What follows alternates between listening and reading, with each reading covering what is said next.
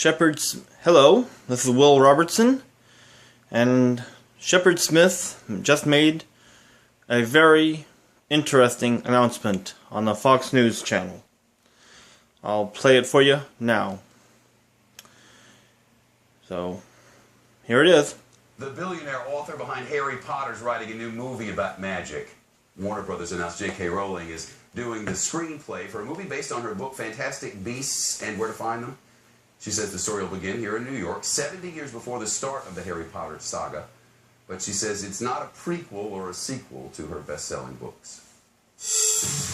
Updating some of our top stories tonight, Syria's President Assad says he'll give up his chemical weapons if the United States takes a military strike off the table.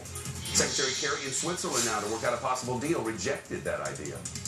At least 3 people are reported dead and an entire town, or series of them, cut off after heavy rains sent walls of water crashing down mountainsides in Colorado. Flood warnings still in effect for many areas.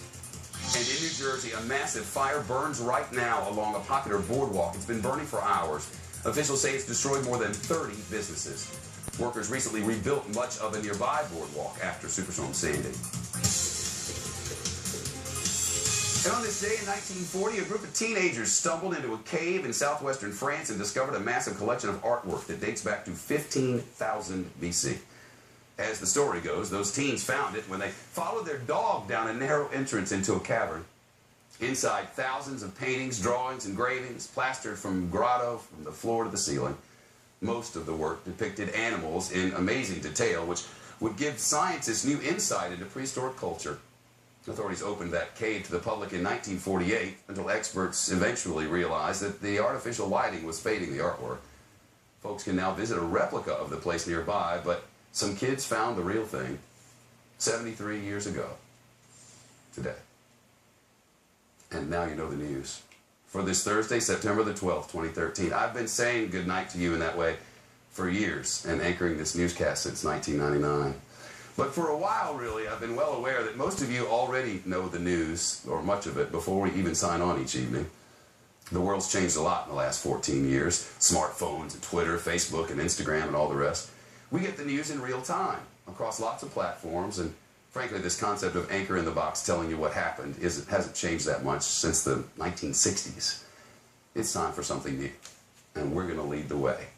So I'm going to go away for a bit and get my bum shoulder fixed, and after that, some enormous news event might happen, and I'll rip off the sling and come right back to report on it. Otherwise, when I eventually do return, I'll be reporting from the Fox News deck. From there, we'll fuse multiple platforms and bring the global resources of this amazing company, including social media and digital content, to the screen all at once. And on its time, not on ours. I'll report whenever the news happens, no matter what program is scheduled. It's the most exciting venture of my career. My team and I are pumped, and I hope you'll come along for the ride. So Fox Report's going away in the next few weeks. It's been an honor and a privilege to anchor this newscast. Bigger and better is coming, with Shep Smith reporting from the Fox News deck. Until then, for our executive producer, Kim Rosenberg, our senior producer, John Glenn, our producer, Jenna Sturgis, and for an amazing team, and for the journalists of Fox News, I'm Shep Smith. Good night, and see you soon. Well, there you have it. The strange announcement by Shep Smith. Not sure what to make of it. But, well, that's it. I'm going to go ahead and